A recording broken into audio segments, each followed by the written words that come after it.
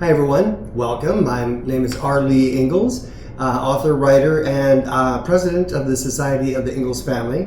I'm joined with entertainment industry expert, Brett Cullum.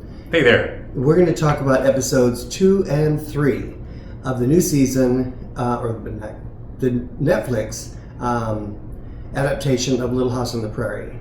So, let's get started. Yeah, we got a lot to talk about. Yeah. We decided to combine 2 episodes to kind of cover the series a little bit faster, but wow, quite a bit happens. Yes, it does. Yes. Of course, episode 2 starts with Charles's kind of dream about his brother, George, coming to him to talk to him. Yeah. So George is the youngest brother of the real Ingalls family. And the kind of separation there is, so they're claiming that George fought in the Civil War, which they don't have anything to substantiate that in real life. They don't have anything to substantiate that. They're saying that he enlisted, but he was a drummer. But there's nothing that says that was true. Now, my great-great-grandfather, Lansford James, did serve in the Civil War, and so did his brother Hiram. But those are the only 2 that they actually have it documented. Yeah, and the indication here is that George ran away as a teenager and died. Right, but they don't say why or how. They just, right. That's what the implication is. Right. Yes. And then we get a little bit of expansion of Caroline's pregnancy because they tell the girls. Right. Nods to the girls, a lot of excitement there. Mary wants to name the baby. Yes. But Laura kind of has a little bit of a different reaction. She's a little bit worried about it being a boy and possibly taking her spot with her father. Yes. Exactly. Yeah. And of course, in episode 2, the big action is John Edwards. He becomes the central figure. And of course, he is certainly instrumental in the books and in the original Little House series, the Michael Landon version in the 70s. But in this one, he's a little bit more complicated, right? He is, yeah, definitely more complicated. There's more of a story, backstory for him. But yeah, he does come and help Charles begin to build their house. Mm-hmm. Likable guy. Doing really well, and he integrates into the family very, very well. They work during the day, and at the evening then, when they sit down for dinner, they eat, and then after dinner, they play the fiddle and the harmonica, and the girls dance around. Yeah, it's very, very nice. Yeah, but they kind of introduce the same thing with John Edwards. They give him a little bit of emotional scars from the Civil War. Yes. And it leads to him having a drinking problem as well. So, and that wasn't really in the previous adaptations of Little House on the Prairie, or it was not in the original books. Right. So it's something added by the series to kind of give them a little bit more of a... A little more depth. Yes, exactly. Yeah. Yes, yeah, and they also introduced a new character. So everything is going well with Mr. Edwards and the family. And then this new character, I cannot think of what her name was. She said it so quickly, it kind of got by me, and I never went back to listen to it again. But she is someone from the town, kind of a busybody, if you will. And she warns Carolyn that Mr. Edwards might not be someone that she wants to have around her family. Yeah, and obviously something added for this Rebecca Sunshine version of it to give it a little bit more characters in the town and things like that. So, and then of course we find out that life on the prairie, not as much fun as you would think it would be. There's a lot of tall grass that the girls go into, and of course they find an Osage trail, or think that they're going to follow that, and they are looking for Mr. Edwards, who has disappeared because Caroline's confronted him about what she heard about the drinking. So the girls kind of go and try to find him, and they get lost in this tall grass, and they hear a harmonica playing and think, oh, we found our friend. Yep, which was not the case. No.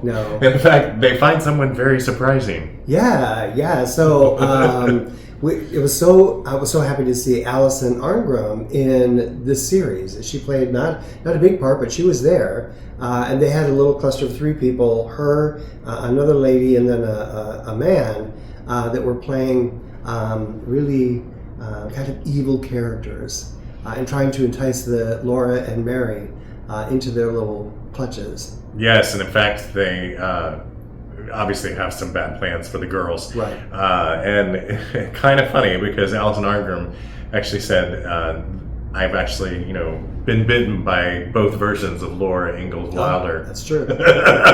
So there you go. And I will add, she is the only person that was in the original series and now shows up in this series as well. Yeah. Now that may change later, but that's the way it is so far. She's the only one. Yes, and it's great to see her. And obviously, Rebecca Sunshine wanted to have some homage to the original series. Yes. And that was it for faithful viewers of the Michael Landon version to see Alison Arngrim, and we're so happy to see her. Yeah, no, absolutely. Yeah, she's an amazing person off screen, and I was very glad to see her here. Yeah. And then as things are escalating with them and trying to get the girls, Mr. Edwards shows up. Yep. And rescues the them. whole thing, right? Yep. Rescues them, takes them back home, and in the interim, Charles and Carolyn had a conversation, and Charles reprimanded Carolyn for sending Mr. Edwards away without really giving him an opportunity to show himself. So in that, then she was trying to entice him to stay, and he just turned around and left. Yeah. And that was the end of that episode. Correct, but it does end with the Osage coming back from It's the first time somewhere else. We see them in a caravan. Right, in caravan. It's the first time that we actually see them in earnest, in a lot of them, actually. Yeah. Yeah, get the sense of the presence of them. So that's interesting. And I guess we should move on to episode 3 since we're trying to cover a lot. Yep. News of the World is the name of episode 3. And it kind of shifts from the whole new home thing to the idea that the town of Independence, Kansas is kind of becoming more and more formalized. They get a post office. Yes, excitement. Very important. Yeah, very important. Well, it connects them to the outside world. Right. Yeah, and they're saying that's the first step in bringing more settlers in, building the town. They get a post office. The next thing is going to be a railroad depot. We also find out in that episode that the only property that was actually purchased from the Osage Indian is the property that the town of Independence is sitting on. The rest of the properties around it, the land, has not been purchased yet. That is still in play with the federal government. Yeah, and actually Charles finds this out when he gets asked to help build a church to kind of further the town. And he kind of finds that out. And he did not really necessarily know this before. But in the original book, there's an inference that maybe he knew already. So, Laura was a little girl, and she might not have known all the nuances of that. So, we have her as the narrator. So, we don't really know the business ends of that. But definitely they are giving that a little bit more of a historical accuracy, probably, because they definitely did. People would do that all the time, try to go out on the land. I've been to this site right outside Independence, Kansas, where their property was. So they ended up having to vacate it, as we know now. But not in episode 3. They're still there. Right. Well, and in episode 3, it gets a little bit more complicated because Laura becomes friends with Good Eagle, who is the daughter of White Sun and Mr. Mitchell, and it's obviously she's an Osage girl, and that was not in the books or the original series, her becoming friends with that, and that further complicates things a little bit because Laura obviously now has a connection as a friend that she's kind of tied to, so. Yeah, you definitely get a sense of that friendship. In fact, she's invited then to study with Mary and Laura. Laura invites her to study with them because Carolyn wants to start the girls learning again, which they should. Obviously, they should do that. Homeschooling on the prairie.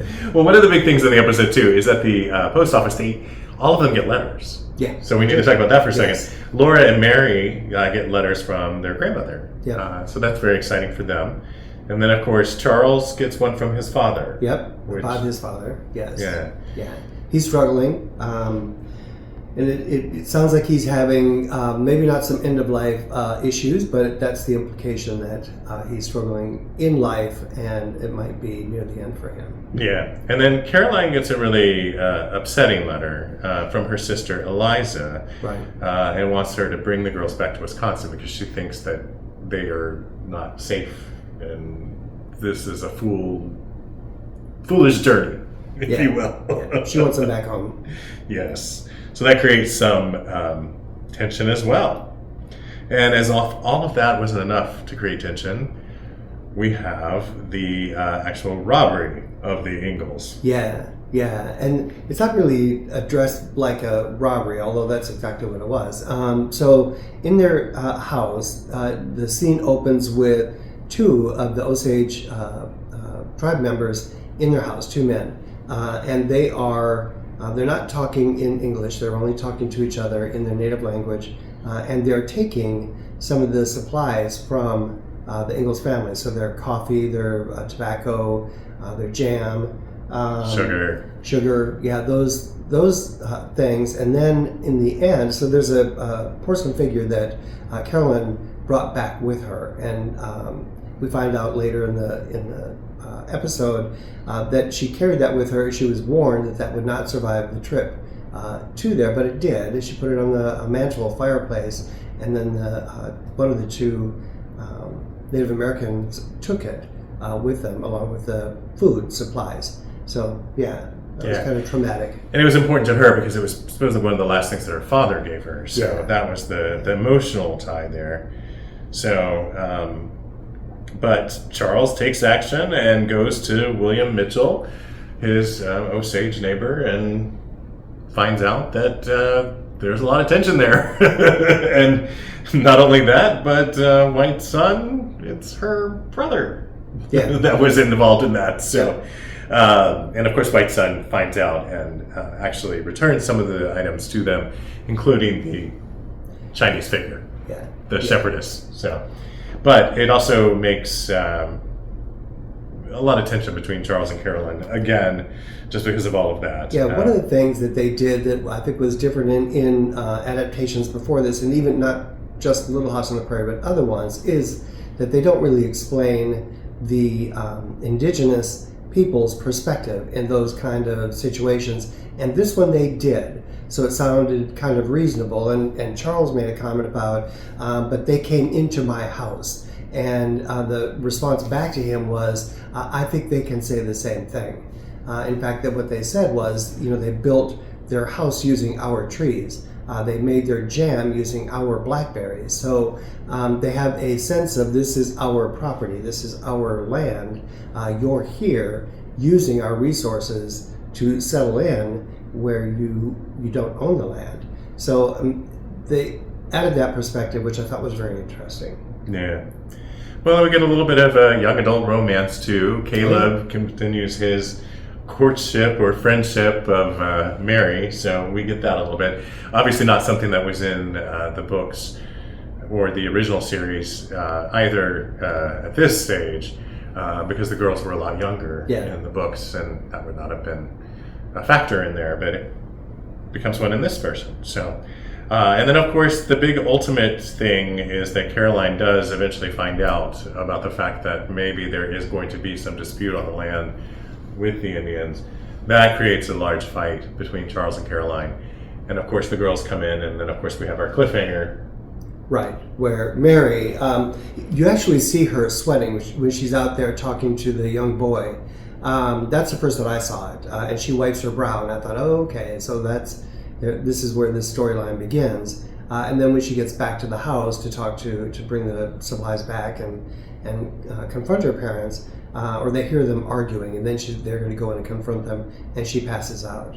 And Charles then says she's burning up. So that's the cliffhanger for the next episode. But one thing that I saw that we talked about that in both episodes is the disagreement between Charles and Carolyn. They had it in both episodes, and Carolyn has accused him twice now of withholding information that she thinks that she should have been told.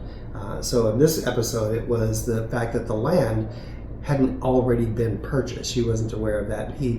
She found out he knew that, and of course that was upsetting for her.